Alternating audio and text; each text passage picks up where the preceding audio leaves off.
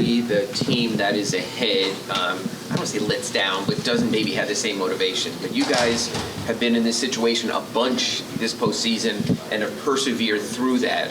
What's it about this team that sort of has you, even when everyone else says the other team is more desperate, you still wind up being the more desperate team? I think we're just locked into what we're doing. I think we're staying in every moment. We're not getting ahead of ourselves. We know these type of situations don't come often, and we're just staying here in the moment. And it's hard. It's easier said than done, but for this team, I think a lot of things we say we try to do, and we got a great leadership from top to bottom, and we just go out there and operate, in a sense of urgency every single night. You've obviously made the finals before. It's a special time. How do you balance the excitement of maybe something very special on the horizon with the moment at hand? So we haven't done anything. It's the first of four, so we're just staying in this moment, honestly. Kyle, I know you've talked about that underdog status for a long time, since the beginning of all this. At one point, does this become, is this I told you so at this point? No, it's just us doing our job and doing what we're supposed to do. Just going out there and playing hard every single night. At some point, does swag and at some point does personality come in here, and at some point do you tell the critics, hey, we told you so, or you maintain your humility at this point? But I get it, but at some point. No, we go out there and do our jobs. That's what we do as professionals, and we go out there and got to play basketball. Kyle Spo was pretty consistent all year, saying even when the offense wasn't going well, you guys were building something and that you guys were trending in the right direction. Did you, as players, as the team, did you guys always see exactly what his vision was for the offense when it wasn't going well?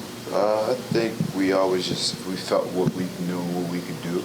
We got great guys and great shooting and great basketball players. I think since the playoffs started, we just kind of consistently know what we want to do.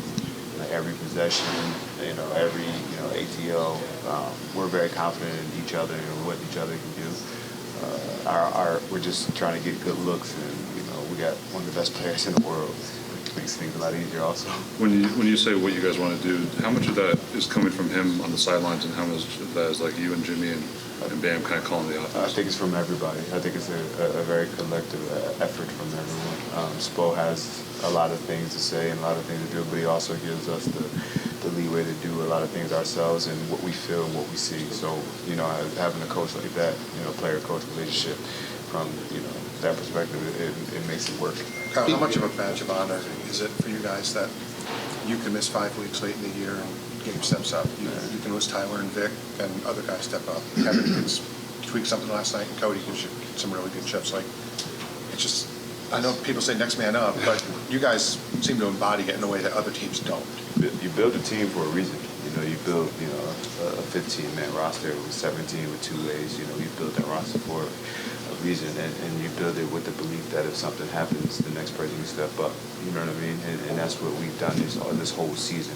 Guys have been in the lineup, injuries. Myself, Jimmy was out early. Tyler and Vic being out now. Everyone believes that they can play a role, and we work hard. And a lot of the guys in this locker room work extremely hard, and guys want to continue to work hard and be professionals and go out there and understand what the mission is, what their job is, and do it as hard as possible.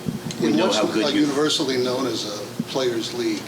What makes a great coach, and how many have you played for? Well, I've played for a lot of great coaches. Our NBA coaching is a very difficult job in general in all sports, and what makes a great coach is I don't know, because I'm not a coach. You know what I mean? You play for them. I'm going to play hard for my coach, and I think that's the one thing you look for. You just want to play hard for your coach, and that's all I've ever done, and that's all I'll ever do. When I become a coach, I'll tell you what it is. I won't be a coach sometime. we know how good news there. Yeah, chalk that. Kyle, we know how good defensively you've been drawing charges throughout your career. As you know, you lead the team in block shots in the playoffs. What's the skill that allows you to do that against taller players? You know what I'm saying? Being 6 feet, you know what I'm saying? Got bounce, Just, I don't know, man. The strip block thing is it's a weird stat, but I'll take it. But for us, for me, it's about helping the team win. Kyle, you mentioned the best player in the world. Can you elaborate for me on that? Come on, man. You know what it is. Jimmy Butler. He's the best player in the world right now. He's just unbelievably good, and he's on our side. You know what I mean? There's some other players that are really, really good, and that are really on that level. But Jimmy's, I'm going to roll with him because he's that good. Would you say best you ever played with? I know you played with some. I play with some really good basketball players, so, you know. Thanks, Kyle. Appreciate you. Oh, shit. Thanks, man. We'll see you around.